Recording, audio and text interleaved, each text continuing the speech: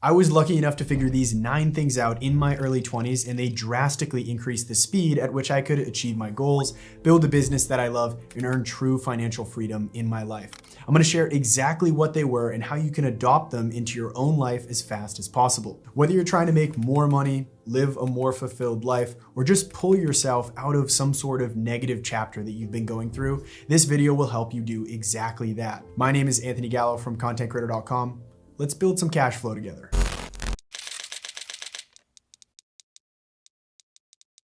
Throughout my teenage years, I delivered pizza for a living in an extremely wealthy town. I would knock on the doors, I would hand them their food, thank them for hopefully a generous tip, and then I'd walk back to my car with nothing but questions. I wanted to know how they got their house, how they built the life that they had, how they were not working during the middle of the day, in the week. Now, I knew nothing about money. I knew nothing about business. I really didn't know much of anything. But my plan at the time was to become a doctor because that was the safe thing to do. But that also came with crippling debt, a literal decade of education before I could make any kind of substantial money. And even if I did make good money, I'd have that insane debt looming over my head for years. Even though I knew that's what the future would hold, I decided to enroll in college anyways, mainly because I just did not believe in myself to go out and start a business and make money. But early on in my journey, some things started to manifest in my life that changed literally everything for me.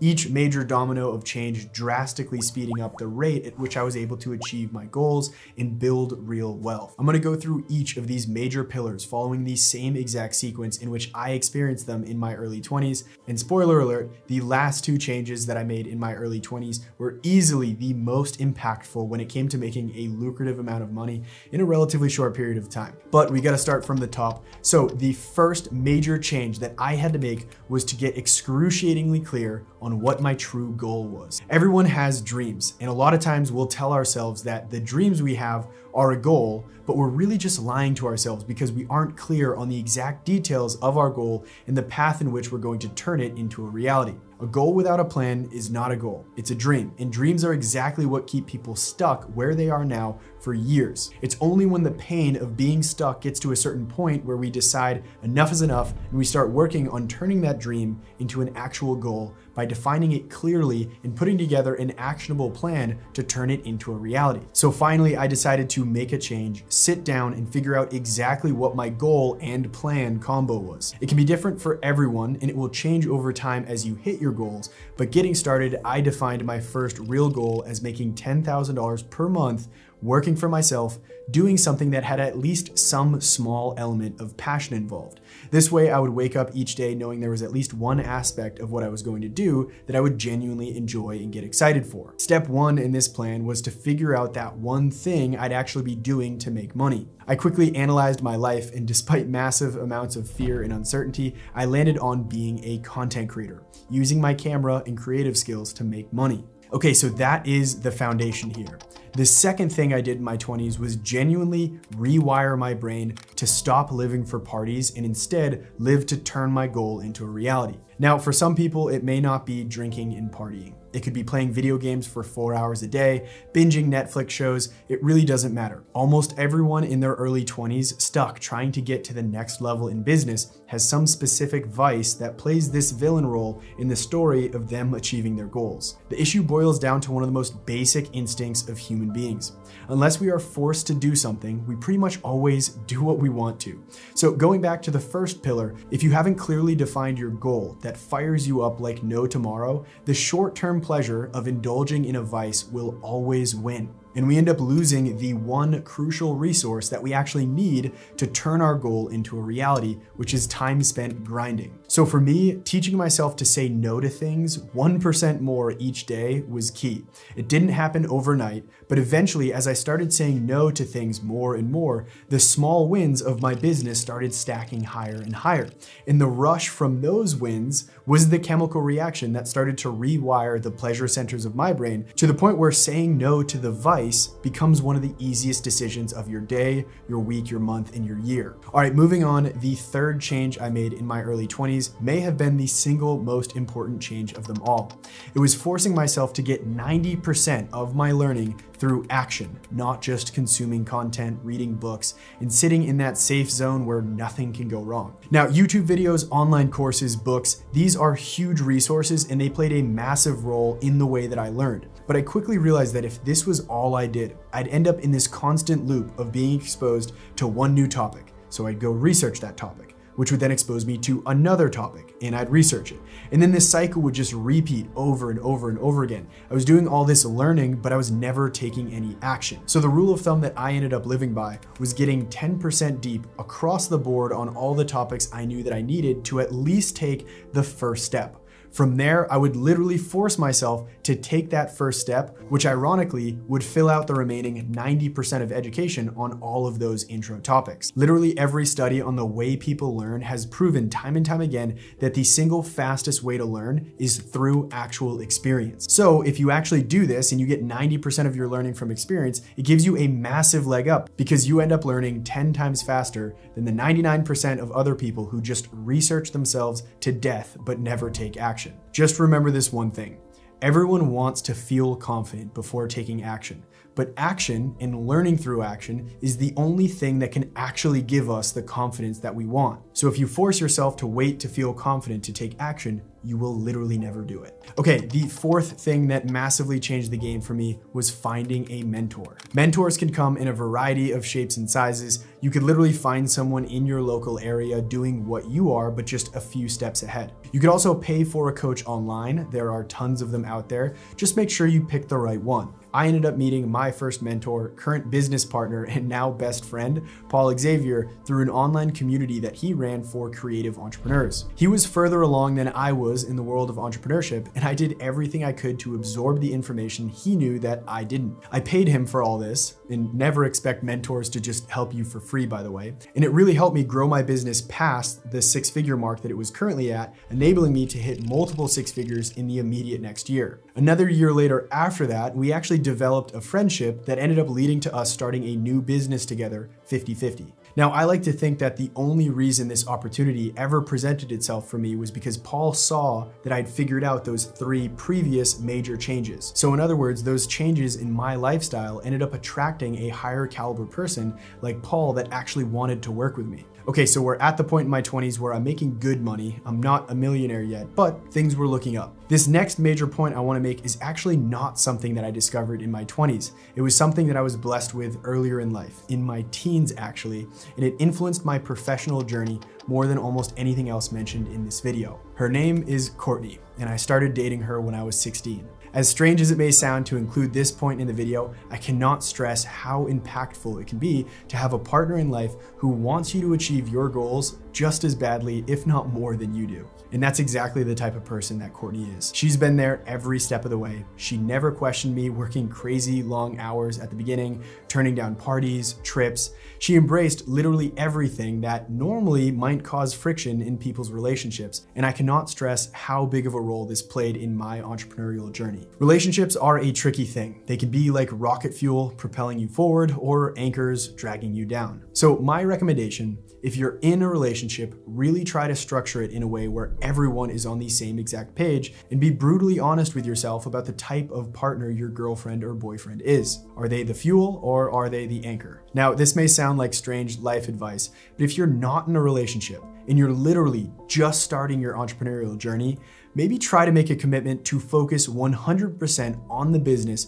until you've at least started making some stable income. A new relationship is super fun, but it can destroy the progress or delay any from ever being made for a very long time. So I'd recommend committing yourself 100% to the business for a brief period of time. And what's amazing about this is once you come out on the other side, you'll likely be an entirely different person, which will in turn attract a new caliber of life partner. So it's a win-win all around. Okay, moving on though, the sixth thing that I did in my 20s that helped me become a millionaire by 25 was reduce my lifestyle as much as possible and force myself to save 95% of my income. It's pretty basic financial advice, I know, but here's how I actually did it. First, I actually moved back in with my parents for a brief period of time. Even though I could have gotten a nicer apartment with the very medium amount of money I was making at the time, this just felt like the right move. I really had no other desires in life outside of the business goals that I had set, so there was no need to spend money on basically anything else. I never bought clothes or other material things.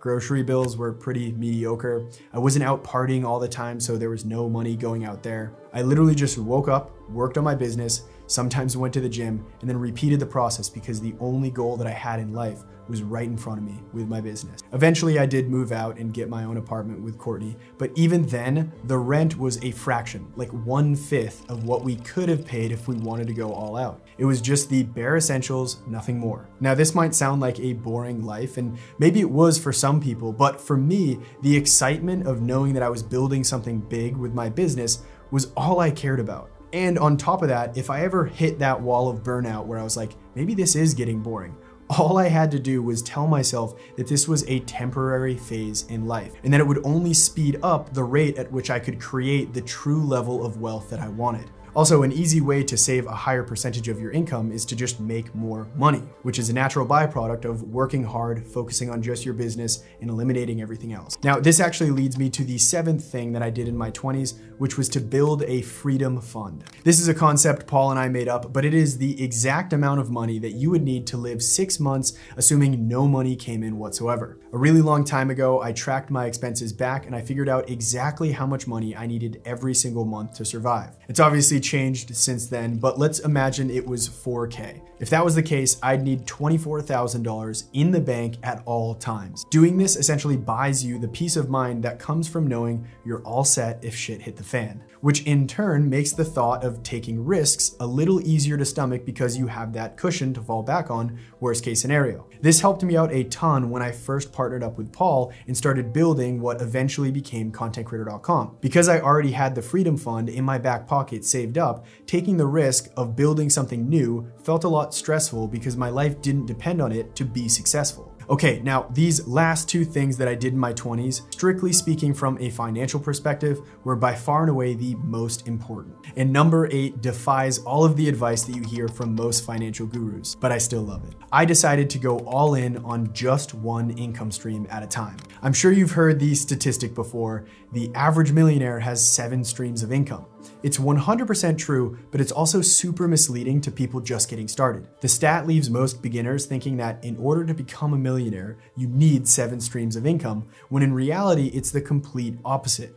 The vast majority of millionaires hit the milestone by focusing like crazy on one high income stream business. And then as they increase their net worth, the natural thing that smart people tend to do with their money is invest it in avenues that generate additional income streams. So like I said, there's no denying that the stat is true. At this point in my life, I have 5 Airbnbs, 5 other rental properties, a commercial building, 3 car washes, and a variety of other businesses. Those all come out to way more than 7 income streams, but those are only possible because I nailed the first high income stream. So my advice to you, don't be the person who splits their focus 15 times on 15 different income streams that will maybe make a few $100s per month. Splitting focus will just never produce desirable results. And this brings me to the 9th thing that I did in my 20s, which was always trying to work smarter, not harder. Basically trying to level up the business model that I was employing to have higher leverage and more systems so that I could increase the financial impact I could make for every unit of energy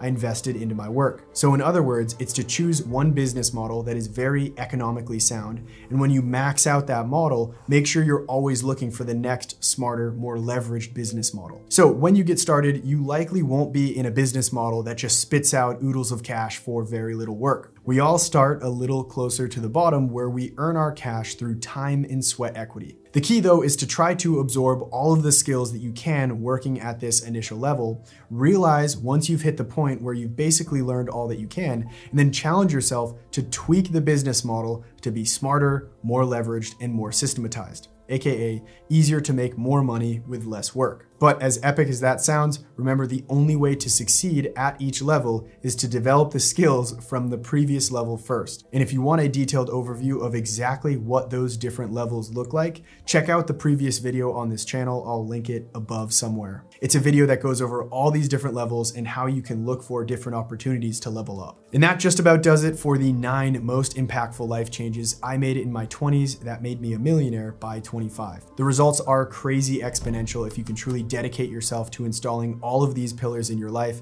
And I don't care if you're 20, 30, 40, 50, and beyond, these are all constants in life. The best thing anyone can do for themselves is install these pillars in their life now so they don't waste a second longer stuck in a position where they might not truly be living up to their full potential. Also, if you want a super detailed and straightforward guide walking through the steps that we use to start and scale the best online business on planet Earth, head to the description of this video and get lifetime access to the training by clicking the link we've included. Let me know what your biggest takeaways from this video were. Did any of them resonate with you more than others? Or do you have your own pillar that you'd like to share that really influenced positive change in your life? I'd love to hear it in the comments below. I'll even do my best to personally respond to every question I see. Other than that, thank you so much for watching. Hit that subscribe button and I'll see you in the next one.